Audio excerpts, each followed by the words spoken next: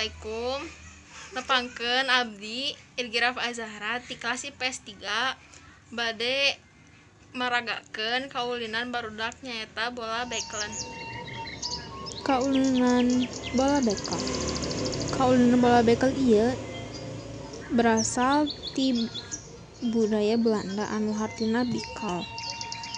Awalna kaulinan ieu dilakukeun ngagunakeun gumpalan bahan keras anu biasana terbuat tina logam atau tina tulang.